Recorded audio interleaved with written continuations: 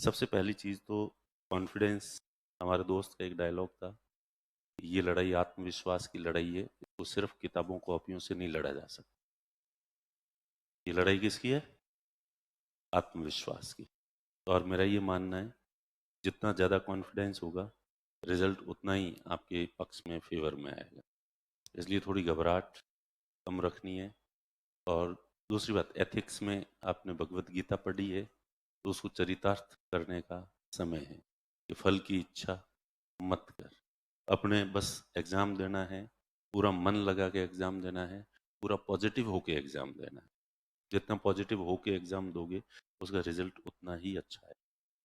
जितना टेंशन लेके एग्ज़ाम दोगे उतना ही रिजल्ट प्रभावित होगा। इसके बहुत सारे एग्जाम्पल्स है जीवन में, ठीक है। तो इसलिए अब ये एक दिक्कत है, इस टेंशन को कम कैसे किया जाए। इसका इलाज न तो मुझे पता है न तुम्हें पता है। इसलिए मुझे लगता है कि कई बार ये बातें बेमानी होती, और फिर भी अगर आप टेंशन कम कर सकते। मेरा एक दोस्त है जिसने खूब मन लगा के एग्ज़ाम दिए आईएएस के, आरएएस के, ठीक है। हर बार इंटरव्यू वगैरह तक तो नॉर्मल था पहुँच, और फाइनली आईएएस के अटेम्प्ट पूरे हो गए। उम्र भी 30 साल प्लस हो गई थी, 30, 32, 33 साल हो गई थी उम्र। अब उसने छोड़ दिया, बलने दो, नहीं होगा, नहीं होगा, अब नहीं देंगे। वो कपड़े की दुकान पे जो है, वो मामा जी के कपड़े का बिजनेस था, तो उसने कहा मामा जी छोटा मोटा बिजनेस करवा देंगे। तो बिजनेस करने के लिए चेन्नई चला गया। पर होता है ना एक कि भाई वापस वैकेंसी आई आरएस की, तो आरएस में तो आदमी ओवरेज कभी होता ही नहीं है, ना तो ओवरेज होता है और ना अटेम्प्ट खत्म होते हैं। तो आरएस की वैकेंसी आई तो उससे रहा नहीं गया, उसने फॉर्म भर दिया आरएस। और लेकिन बस यूं ही मन को राजी करने के लिए फॉर्म भरा है, पढ़ाई नहीं करेंगे, अब जीवन में कुछ और करेंगे। अब प्रीलिम्स एग्जाम आया तो एग्जाम दे दिया, तो चूंकि इतने सालों की पढ़ाई की हुई होती है तो प्रीलिम्स पास करना कोई बड़ी चीज़ होती नहीं है। प्रीलिम्स पास हो गया, प्रीलिम्स पास हो गया तो रिजल्ट के बाद 2 एक महीने वैसे ही रूटीन जो है वो यूं पढ़ के और एग्ज़ाम दे दिया। और जैसे कहावत है ना कि बांद्रा बलि कितना ही बूढ़ा हो जाता है, छलांग लगानी नहीं भूलता। तो इतने सालों से पढ़ी हुई चीज़ें होती है, तो 1 2 महीने में आप यूँ देखते हो तो अगला एग्ज़ाम दिया और सिलेक्शन हो गया आरएस। अलाइड सर्विसेज में सिलेक्शन हो गया। अलाइड सर्विसेज में हो गया तो मन माना नहीं कि यार चलो कर ही लेते हैं ज्वाइन। तभी कन्फ्यूजन था कि ये ज्वाइन करें या इस नौकरी से तो क्या ही होगा, तो चलो कोई नहीं, कर लेते हैं, देख लेते हैं, देखें थोड़ा। तो वो दिया, लगातार दूसरी वैकेंसी आ गई और लगातार एग्ज़ाम हो गया। उस पहले वाली ज्वाइनिंग नहीं हुई, उससे पहले ही दूसरा वाला एग्ज़ाम हो गया। अब मन में यही था कि नहीं यार, ये छोटी मोटी नौकरी से तो कुछ नहीं हो, करेंगे तो व्यापारी करेंगे, बिजनेस करेंगे, ताकि उसमें पैसे। पहली बार आरएस में सिलेक्शन किया प्रॉपर। तो ये एक रहस्य है। इससे पहले अगले बंदे ने 100% दिया, सब कुछ छोड़ छाड़ के और पूरा सीरियस लेके, टेंशन लेके, तब नहीं हुआ कहीं पे भी। और जब बिल्कुल अनमने मन से दिया कि हो तो हो, नहीं हो तो और ही ठीक है, मैंने दूसरा फैसला कर लिया है, और सिलेक्शन हो गया। तो ये रियलिटी है। मुझे कई बार लोग पूछते हैं कि भाई आप इतने भी डफोड़ नहीं हो कि कहीं सिलेक्शन नहीं हो, क्यों नहीं हुआ। तो सब सिलेक्शन नहीं होने के कई कारण हैं। उनमें से शायद एक कारण ये था कि मेरे भी लाइफ की जो चुनौतियां थी, जो परिस्थितियां थी, वो थोड़ी एडवर्स ज़्यादा थी। इसलिए मुझे किसी भी तरीके से, मुझे किसी एनी हाउ मुझे नौकरी चाहिए ही थी। उसके बिना मेरा सर्वाइवल बहुत मुश्किल था, और उस चीज़ का प्रेशर मेरे ऊपर बहुत ज़्यादा रहता था। और मैं इतने ज़्यादा प्रेशर में एग्ज़ाम देता था कि आप बिलीव नहीं करोगे। मैं और मेरा वो जो दोस्त जो बाद में सेलेक्ट हो गया, हमने साथ साथ ही क्विट किया था, तो उसने वो बाद में वापस भर दिए। मैं क्या, बढ़ने दे अपने दो, ठीक है, ये चलाएंगे। तो हम लोग, एक सिप्लार नाम की टेबलेट आती है जो हार्ट बीट्स को कम करती है, ठीक है, तो वो टेबलेट लेते थे एक तो, क्योंकि एग्ज़ाम वाले दिन हार्ट बीट्स जो है वो कम हो सके। और दूसरा एक पेन किलर खाते थे, क्योंकि 2 पेपर एक सुबह शाम देने पड़ते थे। तो शाम तक एनर्जी, क्योंकि इतने प्रेशर में, टेंशन में आप जो करोगे ना, तो शाम तक स्थिति ये होती थी कि सेकंड पेपर पूरा ही नहीं होता था। इतनी थकान आ जाती थी, शरीर टूटने लग जाता, इसलिए बीच में पेन किलर खा के और फिर हम एग्जाम देते थे। तो इतना चूंकि टेंशन लेके ये चीज करते थे, इस वजह से शायद रिजल्ट जो है वो अच्छा नहीं आता। तो ये रिलेशन तो है इस चीज का कि आप जितना टेंशन लेके एग्जाम दोगे, रिजल्ट उतना ही नेगेटिव रहेगा। और जितने मस्त मौला होके तो एग्जाम दोगे, रिजल्ट आपका पॉजिटिव रहेगा। क्योंकि जितने खुश मस्त मौला पॉजिटिव रह के देते हो, तो आपके अंदर से क्रिएटिविटी निकलती है। जो चीज याद नहीं होती वो भी याद आ जाती है। और अगर आप टेंशन में रह के दे रहे हो, तो जो चीज याद है वो भी भूल जाते हो। और पॉजिटिव माइंडसेट के साथ देते हो, तो आपको खुद को आश्चर्य होता है एग्जाम हॉल में, यार ये तो मैंने कभी सोचा नहीं था, ये चीज कहाँ से आ गई, ये पॉइंट मेरे दिमाग में कैसे आ गया। तो ऐसी ऐसी चीजें जो है वो आती है। तो इसलिए थोड़ा पॉजिटिव रहने की कोशिश करना। फैक्ट यही है, जो टेंशन हो तो उसका नतीजा निकाल देना कि टेंशन से मेरा रिजल्ट खराब ही होगा। और इस टेंशन को छोड़ने का एक ही तरीका है कि भगवत गीता में भगवान श्री कृष्ण ने जो कहा है कि फल ईश्वर को समर्पित कर दो। फल किसको छोड़ दो? ईश्वर को। और ईश्वर को थोड़े दिन के लिए मान लो, फायदे में रहोगे बहुत। ये जो स्पिरिचुअलिज्म है, आध्यात्मिकता है, ये बहुत पॉजिटिव एनर्जी देती है। आप ईश्वर का अस्तित्व है नहीं है, ईश्वर कैसा है नहीं है, इस तरह के पचड़ों में नहीं पड़ना। एक कोई ऐसी शक्ति होती है ब्रह्मांड के ऊपर, जो ब्रह्मांड को संचालित करती है, और मैं उनमें विश्वास करता हूँ। और मैं मेहनत कर रहा हूँ, मेरा मेहनत करने का फर्ज है, और मेरी मेहनत मैं उनको समर्पित करता हूँ। वो जाने, उनका काम जाने। मर्जी हो दे देना, नहीं मर्जी हो मत देना। मैं मेहनत करूंगा और तुम्हारे लिए कर रहा हूँ, बस। ये एक ऐसी चीज है। उसके बाद आपको जो है वो एक अंदर से आत्मबल आपका जो है वो मजबूत होगा। तो प्लीज प्लीज प्लीज, आपके अंदर अगर कोई नास्तिकता का भाव है तो उसको थोड़े दिन के लिए एक तरफ रख देना, आस्तिकता ले आना। ये आस्तिकता आपके जीवन में पॉजिटिविटी लाएगी, आपको बहुत ज्यादा स्ट्रेंथ जो है देती है। और उसके बाद अगर आप ईश्वर को मानते हो, किसी आध्यात्मिक सत्ता को मानते हो, तभी आप भगवत गीता के जो है कि निष्काम भाव से कर्म योग के रास्ते पे आप चल सकते हो। एथिक्स में कांट वाला पढ़ा होगा, नैतिकता की पूर्व मान्यताएं। तो वो तभी, अगर कहीं ना कहीं हमारे दिमाग, ईश्वर को मानना ही पड़ेगा। ईश्वर को मानता है आदमी, तभी वो ये काम कर सकता है कि मैं, मेरा पूरा जो कर्म कर्म करना मेरा अधिकार है, फल मैं ईश्वर पे छोड़ता हूँ। तो यहाँ पे ये जो है, तो प्लीज अपने, और इसके लिए ईश्वर कैसे, ईश्वर को कौन से को मानना है, कहीं ज्यादा दूर जाने की जरूरत नहीं है। आपके परिवार के सदस्य, परंपरागत रूप से जो आपके आसपास का जो मंदिर है, जहां आस्था रखती आई है आपकी 3-4 पीढ़ी, 7 पीढ़ी, बस वहां आपको आस्था रखनी है। वो ज्यादा पॉजिटिव एनर्जी देगा। ठीक है? कोई भले ही बहुत बड़े आप भगवान को मानो, आप नीम करोली बाबा के पास ही जाओ, कोई जरूरी नहीं है। ठीक है? अब नीम करोली बाबा को भी जो है कि उसने जॉब, स्टीव जॉब्स ने कह दिया इसलिए पूरी दुनिया अब उमड़ पड़ रही है, नहीं। और उस भाव से मत जाओ कि मुझे आरएस बना देना। ईश्वर के सामने भी यही कहना कि मैं ईमानदारी से मेहनत कर रहा हूँ, और जितनी मैं मेहनत कर रहा हूँ उतना मैं आपको योग्य लगूं, तो आप मुझे जो है फल दे दें। और दो तो दे देना, नहीं दो तो आप रख लेना, आपके ऊपर मेरा ये कर्जा है। आपके लिए मेरी सारी मेहनत आपके लिए है। दो तो दे देना, नहीं हो दो तो मत देना, आप अपने ऊपर रखना। आज नहीं तो कल, कल नहीं तो परसों आपको ये देना ही पड़ेगा। तो ये भाव अगर रखोगे तो निश्चित रूप से आपके अंदर जो है एक पॉजिटिविटी आएगी। ठीक है? तो यही कहना चाहता हूँ। और बाकी मस्त होके एग्जाम दो, लास्ट मोमेंट पे देखो, बड़े सब्जेक्ट्स को छोड़ना मत। छोटे जो सब्जेक्ट्स होते हैं इनके क्वेश्चंस पता नहीं कैसे आते हैं कैसे नहीं आते। ठीक है? तो लेकिन बड़े जो सब्जेक्ट है उनमें कुछ न कुछ इधर उधर टेढ़ा मेढ़ा तुम कुछ न कुछ लिख सकते हो। इसलिए बड़े सब्जेक्ट्स को भी लाइटली मत लेना। और हिंदी और इंग्लिश तो अच्छे से ही पढ़ना।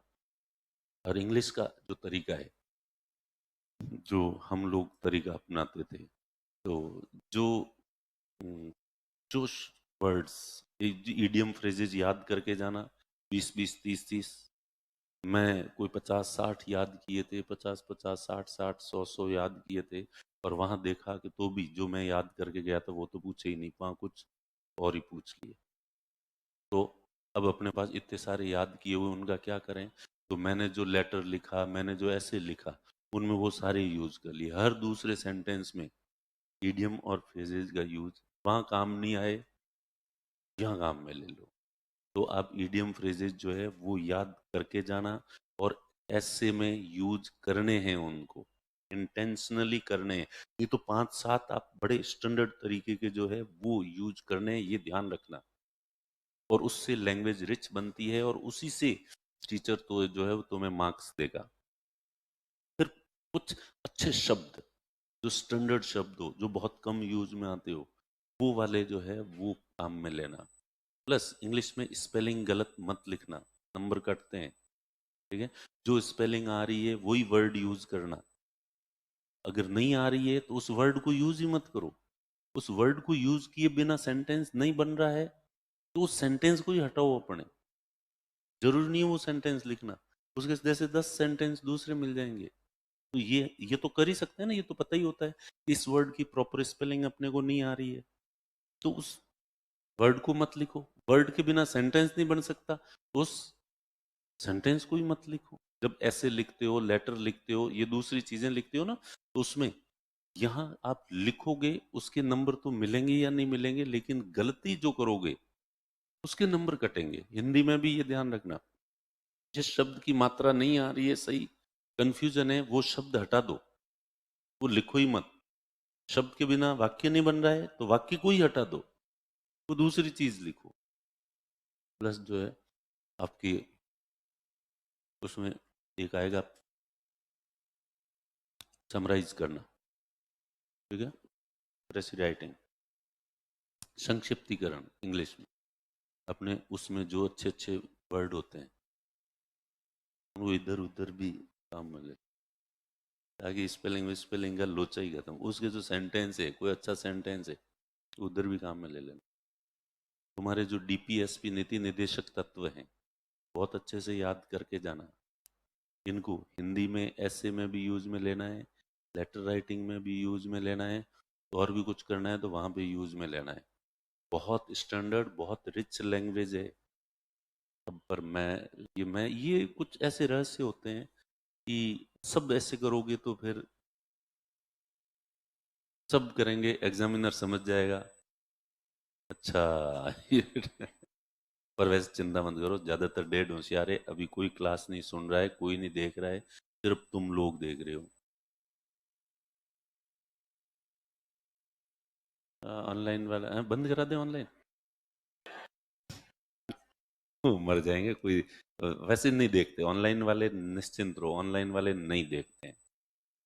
ठीक है, ऑनलाइन वाले तो राजी होते हैं सिर्फ लेके कि हमारे पास ऑनलाइन है, लेकिन वो देखते नहीं है। तुमने भी कभी ली होगी ऑनलाइन, तुम्हें पता ही होगा कि ज़्यादा दूर जाने की जरूरत नहीं है। ठीक है, तो इसलिए जो है, तो ये चीज़ें हम लोग जो है भाई, ये चीज़ें, ये तरीके जो है वो अपनाते थे। तो आप लोग जो है पेपर की नेचर देख के कौन सी चीज़ें हैं, तो वो चीज़ जो है वो आप इसको मैनेज कर सकते हो हिंदी में और इंग्लिश में। और हिंदी में ये संधि समास, संधि पे समास तो है नहीं तुम्हारे सिलेबस में, संधि है, संधि पे लास्ट टाइम में माथा मत फोड़ना। ठीक है, शुरू शुरू हमने भी खूब फोड़ा था, फिर पता चला अंदर जाके इतने सारे नियम कायदे सब रट लिए संधि के, और अंदर जाके वो तो आ ही नहीं रहा है। बाहर आके पूछा मैं तो, यार ये तो कोई नियम ही नहीं लग रहा, तो ये अपवाद। अरे तो फिर 2 महीने ही क्यों नियम रटाए जब अपवाद ही पूछना था। ठीक है, तो संधि के वो 5-6 नंबर की आएगी संधि, तो उसमें से 2-3 नंबर नहीं पढ़ के जाओगे तो भी आ जाएंगे, और कितना ही पढ़ के जाओगे तो वो 5-6 नंबर पूरे कभी आने नहीं है। तो 2-3 की जगह 4-5 आएंगे, तो 2-1 नंबर का फर्क पड़ेगा, ज्यादा नहीं है। अपने तो पत्र पत्र लेखन, टिप्पणी, विज्ञप्ति, ये चीज जिस दिन हिंदी का पेपर हो सुबह, और एग्जाम हॉल में जाने से जस्ट पहले भी बाहर वही देख के जाने हैं आपको। ये जो पीछे का 70 नंबर की जो हिंदी का जो पार्ट होता है, वो उस समय लास्ट में आपको जो है वो देख के जाना है। और ऐसे ऐसे फिलोसॉफिकल टॉपिक पे लिखना, और दूसरे लोगों से थोड़ा हट के उसी में लिख सकते हो आप। ये रूटीन पर्यावरण पर्यावरण आतंकवाद ऐसे लिखोगे तो उस पर ज्यादा अच्छे नंबर नहीं आएंगे। और ऐसे में कुछ पहले से प्लान करके जाना, अंदर जाने से जस्ट पहले सोच के जाना कि मैं ये चीजें, ऐसे के लिए मैंने क्लास आप लोगों की नहीं ली थी क्या? मैं जो ऐसे लिखता, मेरे ऐसे में ठीक आते थे नंबर, और यूपीएससी में, ठीक है। तो इसमें तो पता नहीं चलता था कितने आए हैं, ऐसे वहाँ ऐसे का पेपर अलग होता था। तो मैं जाते ही, पहले के ज़माने में हमारे वो कॉपी अलग देते थे, पेपर बाद में देते थे, तो आप आधा घंटा पहले जाके बैठ जाओ तो आधा घंटा पहले ही कॉपी पकड़ा देते थे। तो मैं जाके और पीछे सब स्ट्रेटेजी लिख देता था कि चूंकि हिस्ट्री ऑप्शनल है मेरे, तो कोई भी टॉपिक मैं उठाऊंगा उसका ऐतिहासिक पृष्ठभूमि लिखूंगा। तो मैं पहले पीछे रफ, जो पीछे वाला पेज होता था लिख देता था, ऐतिहासिक पृष्ठभूमि भारतीय इतिहास के संदर्भ में, विश्व इतिहास के संदर्भ में। भारतीय इतिहास में प्राचीन काल के उदाहरण, मध्यकाल के उदाहरण, आधुनिक काल के उदाहरण। विश्व इतिहास में भी ग्रीक रोमन हिस्ट्री से कोई एग्जाम्पल है तो, और जो मॉडर्न हिस्ट्री है उससे कोई एग्जाम्पल है तो, वर्ल्ड हिस्ट्री से, वहां से मैं कुछ न कुछ लिखूं। फिर दूसरा, मैं इसको कोई साइंटिफिक एंगल भी दूंगा, क्योंकि मेरी बीएससी की हुई है, तो इसलिए मेरी फिजिक्स वगैरह ठीक थी, तो मैं कहता था उसमें लिखता था वैज्ञानिक जो आयाम जो है वो भी दूंगा। उसके बाद में मेरे फिलॉसफी थी, तो उसमें मैं लिखता था कि मैं फिलोसॉफिकल एंगल मुझे देना ही, फिलॉसफी का प्रयोग करना है। दर्शन शास्त्र में जो मैंने थ्योरी पढ़ रखी है, वो एक दो उदाहरण जो है प्लेटो का, अरस्तु का, सुकरात का, या फिर इंडियन जो फिलॉसफी है उसमें बौद्ध, शाहदवाद, मध्यम मार्ग, ये न्याय वैशेषिक, इससे जो है मैं देना है मुझे कुछ न। फिर साहित्य पढ़ना मेरी हॉबी थी, तो साहित्य से मुझे कुछ न कुछ जो है वो देना है इसमें एग्जाम्पल। साहित्य में भी मैं, खलील जिब्रान मेरा जो है वो फेवरेट राइटर है, और खलील जिब्रान के खूब सारे अच्छे कोटेशंस मुझे याद थे, तो मैं बड़े बड़े अक्षरों में लिखता था खलील जिब्रान के एक दो कोटेशन मुझे काम में लेने हैं। तो इस तरह से मैं जो है पूरी चीजें, फिर क्या है कि लिखने बैठते हैं ना एकदम से, तब फिर भूल जाते हैं, पहले जो सोचते हैं ना वो रणनीति सारी एक तरफ चली जाती है। अब फिर 3 घंटे का पेपर होता था, एक ऐसे लिखना होता था, अब उसमें मैं 1 घंटे तक तो सिर्फ रफ में जो है वो प्रैक्टिस करता था। पेपर ये टॉपिक लिखना है, और मैं हमेशा फिलोसफिकल टॉपिक जो है वो उठाता था, और मैं एंगल जो है वो दे देता था, और पीछे छोटे छोटे छोटे छोटे पैराग्राफ लिखता था, और फिर फाइनल में उसको सबको जोड़ के और फिर ऐसे जो है लिखता था। तो इसी तरह से आप जब एग्जाम देने के लिए जाओ, तो 5-7 अच्छे कोटेशंस, 5-7 अच्छे दोहे, एक दो श्लोक, ठीक है। तो ये जो कहावतें, मुहावरे, जो भी आप इडियम फ्रेजेस जो है, तो ये अलग से कुछ ऐसा करके जाएं कि ऐसे लिखते समय ये बात आपको याद आनी चाहिए। तो पेपर मिलते ही सबसे पहले ऐसे वाला जो पॉइंट है उसके पास में बहुत छोटे छोटे अक्षर में पीछे की तरफ ये हिंट लिख दें। नहीं तो आप सोच के हर बार जाते हो कि मैं इस बार कुछ न कुछ कोटेशन लिखूंगा या कुछ दोहा लिखूंगा, लेकिन लिखने जो बैठते हो धर धर टाइम नहीं मिलता। बाहर आके कोई दोस्त पूछा कुछ लिखा कि नहीं, अरे यार उस समय तो याद ही नहीं आया। तो इसलिए पेपर अंदर जाते ही, पेपर मिलते ही सबसे पहले कि निबंध में मुझे कुछ एक ऐसा हिंट वाला एक लिख देना, जिससे तुम्हें पहले से 2 दिन पहले से तैयार कर लेना कि मुझे क्या क्या लिखना है, क्या क्या मैं लिख सकता हूँ, क्या मेरा स्ट्रेंथ है। तो वो ऐसा कुछ लिख देना, ऐसा साइन बना देना, जिससे तुम्हें ऐसे लिखते समय वापस वो चीज जो है वो रिकॉल हो जाए, ठीक है। और तो क्या ध्यान रखना, एक मैंने उस दिन कहा था कि मेरे एक दोस्त ने शुरू शुरू में एक दो अटेम्प्ट तो मेरे इसलिए खराब हो गए कि मेरे एक सीनियर मिला और उसने मुझे कहा कि जो क्वेश्चन आंसर लिखते हो, तो उसका आंसर का जो सार तत्व है वो पहले पहले मत लिखो। पहले लिखोगे तो एग्जामिनर पूरा आंसर पढ़ेगा ही नहीं, इसलिए सस्पेंस रखो और सबसे आखिर में जाके उसको खोलो ताकि वो पूरा पढ़ेगा। 2 अटेम्प्ट उसके चक्कर में खराब हो गए, ठीक है। अब वो इतना निकम्मा नहीं है, वो उसको चाहिए कि तुम्हें आंसर आ रहा है या नहीं आ रहा है।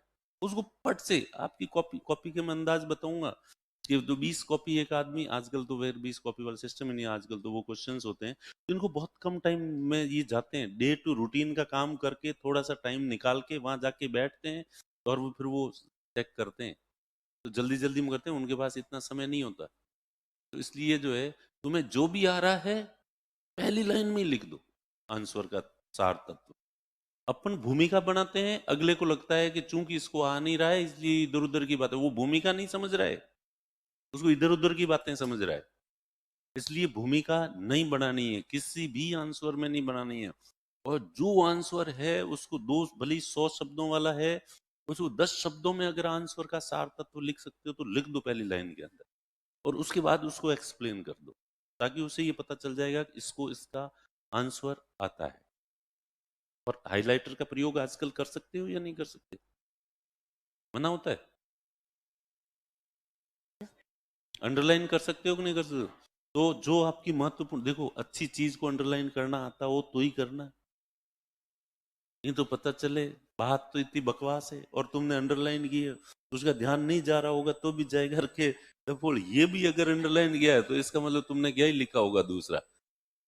ठीक है, तो अच्छी चीजों की समझ हो, जिससे देख के कि वो जो है, कोई कहावत लिखते हो, मुहावरे लिखते हो, इंग्लिश में ईडियम फ्रेजेस का प्रयोग करते हो तो उसको अंडरलाइन करो, ताकि उसका ध्यान, जो एक मैंने माजिद हुसैन सर जो पढ़ाते थे, वो ज्योग्राफी दिल्ली में, तो मेरे एक दोस्त ने सुनाया था, मेरे एक दोस्त जो है उसने टेस्ट दिया था और उसके नंबर बहुत कम आए किसी क्वेश्चन के आंसर में, तो वो उनके पास गया दिखाने के लिए कि सर मेरे इसमें इतने कम नंबर आए, इसमें ऐसा क्या लिखना था? तो उन्होंने, सर ने कहा इसमें ये लिखना था, ये लिखना था, ये लिखना था, ये लिखना था, 5-7 बातें बताई, इसमें ये लिखना था। तो उसने, मेरे दोस्त ने कहा कि सर ये सारी बातें मैंने इसमें लिखी है, फिर भी आपने नंबर नहीं दिए। तो उसने कहा तुमने लिखी होगी लेकिन मुझे नहीं दिखी, तुमने लिखी होगी लेकिन मुझे नहीं दिखी। यानी चीजें होती है आंसर में, लेकिन किस तरीके से लिखते हो एग्जामिनर को दिखनी जरूरी है। पब्लिक एडमिनिस्ट्रेशन की थ्योरी है, न्याय होना पर्याप्त नहीं है, होता हुआ न्याय दिखना ज्यादा जरूरी है। ठीक है, आपका रिजल्ट अच्छा आया है ये उतना महत्वपूर्ण नहीं है, आया हुआ रिजल्ट लोगों को दिखना चाहिए, इसलिए मार्केटिंग करते हैं। तो क्या करें, ये मार्केट की मजबूरी है। ठीक है, तो आपने जो अच्छी चीजें आपको आई है आंसर में लिखी, वो दिखनी चाहिए। कि जो भी अच्छी चीज है 2-3 पैराग्राफ में अगर लिखते हो तो पैराग्राफ की पहली लाइन सबसे ज्यादा इंप्रेसिव होनी चाहिए। उस दिन कहा था मैंने, पहली लाइन। आप आखिरी लाइन में सबसे अच्छी चीज लिखोगे कोई मतलब नहीं है, वहां आखिरी लाइन वो पढ़ेगा ही नहीं, हर पैराग्राफ की पहली लाइन वो पढ़ेगा। ठीक है, तो ये चीजें जो है वो आप लोग ध्यान रखना, बस इतनी। और ज्यादा मैं कितनी कहूंगा तो जो जो कही है ये भी तुम लोग भूल जाओगे। ठीक है, फिर भी तो,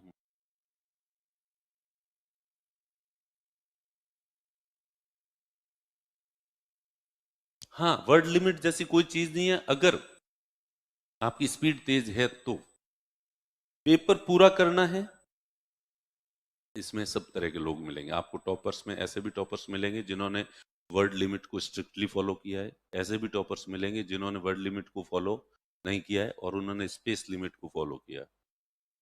ठीक है, सब तरह के एग्जाम्पल्स है। अगर आंसर अच्छा बन रहा है, 20 शब्दों में आपका आंसर उतना पूरा हो ही नहीं रहा है, कई बार ये ऐसे क्वेश्चन पूछते हैं जो 200 शब्दों का आंसर होना चाहिए उसको 15 शब्दों में पूछ लेते हैं मूर्खों की तरह। ठीक है, तो अब उसमें तो आपका 15 की जगह 30 शब्द लिखने से आंसर पूर्ण हो रहा है, तो आप 30 लिखो। 15 में पूर्ण हो रहा है, 10 में ही हो रहा है, 2 बुक्स है केवल, इतना लिखा है, इनके लेखक कौन है, 15 शब्दों में आंसर दीजिए। अब उसमें तो 2 नाम आ गए बस। ठीक है, तो इसलिए आंसर अच्छा बन रहा है, वर्ड लिमिट कोई लिमिट नहीं है, आप ज्यादा शब्द लिखो। पेपर छूटना नहीं चाहिए, पहली चीज सारे क्वेश्चंस का आंसर लिखना है। उसके बाद आपकी स्पीड बहुत फास्ट है, ज्यादा लिख सकते हो, आप ज्यादा लिखो, लेकिन अच्छे उद्देश्य के लिए। ये कचरा लिख रहे हो और बड़ा आंसर लिख रहे हो, कोई मतलब नहीं। आपका आंसर बहुत अच्छा हो जाएगा वर्ड लिमिट क्रॉस करने से, तो आप लिखो। भारत सरकार अधिनियम 1935 की विशेषताएं लिखो।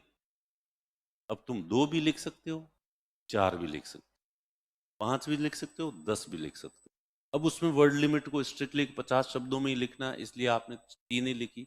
दूसरे आदमी ने थोड़ी वर्ड लिमिट क्रॉस कर दी और 5 विशेषताएं एक्स्ट्रा लिख दी। तो एग्जामिनर के मन में तो, दिमाग में तो वो ज्यादा इंटेलिजेंट है तुम्हारी तुलना, ठीक है। इसलिए 100 की जगह 150 लिख सकते हो, 50 की जगह 80 लिख सकते हो, 15 की जगह 30 लिख सकते हो, लेकिन पेपर छूटना नहीं चाहिए देवताओं। तुम्हें क्या है कि पहली वाली आधी बात तो समझ आ जाती है, उसमें फिर दूसरे परिणाम भूल जाते हो, ठीक है। तो पहली कंडीशन क्या है, इसलिए मैं पहले ये जोड़ रहा हूं कि ये याद रहना चाहिए, बाकी वाला याद रहे या ना रहे, ठीक है। अब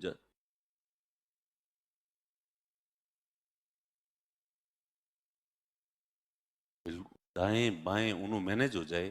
तुम्हें अगर पूछ लिया कि जैसे उस दिन मैंने एग्जांपल दिया था कि गुप्तकालीन जो है भारतीय अर्थव्यवस्था, अब तुम्हें नहीं पता, लेकिन उसमें विदेशों के साथ आयात निर्यात होते थे, और वैसे ही पता ही है भारत से सूती वस्त्र और मसालों का निर्यात होता था। और दक्षिण भारत के तटवर्ती क्षेत्र जो थे वहां से सबसे ज्यादा निर्यात होता था, ऐसे माने। और यूरोप के ये जो देश थे वहां पे निर्यात होता था, और वहां से ये चीजें आती थी, कुछ रूटीन चीजें होती है वो कर दो, ठीक है। और उसमें जो बहुमूल्य धातुओं का प्रयोग किया जाता था लेन देन के लिए, ये कुछ कॉमन चीजें होती है, ठीक है, तो वो लिखनी होती है। प्लस क्वेश्चन में जो कीवर्ड्स होते हैं वो बार बार रिपीट होते रहने चाहिए। तो ऐसा जो आंसर होता है, अब कोई सामाजिक इफेक्ट बताओ, राजनीतिक प्रभाव बताओ, तो उसमें कुछ ना कुछ लिखा जा सकता है। फैक्चुअल है, पुस्तक है, उसका राइटर है, नहीं आ रहा है, क्या लिखोगे? वहां फालतू का नहीं लिखना है। फैक्ट है, आपको नहीं आ रहा है, नहीं। एनालिसिस है, एनालिसिस कुछ न कुछ आप कर ही सकते हो, ठीक है। राजस्थान में महिलाओं की स्थिति, अब ऐसा क्वेश्चन आएगा तो इसमें तुम्हें एग्जैक्ट नहीं पता, पर कुछ न कुछ तो लिख ही सकते हो, ठीक है? बाकी आपका समय कीमती है, मैं ज्यादा समय जो है वो लेना नहीं चाहूंगा आपका।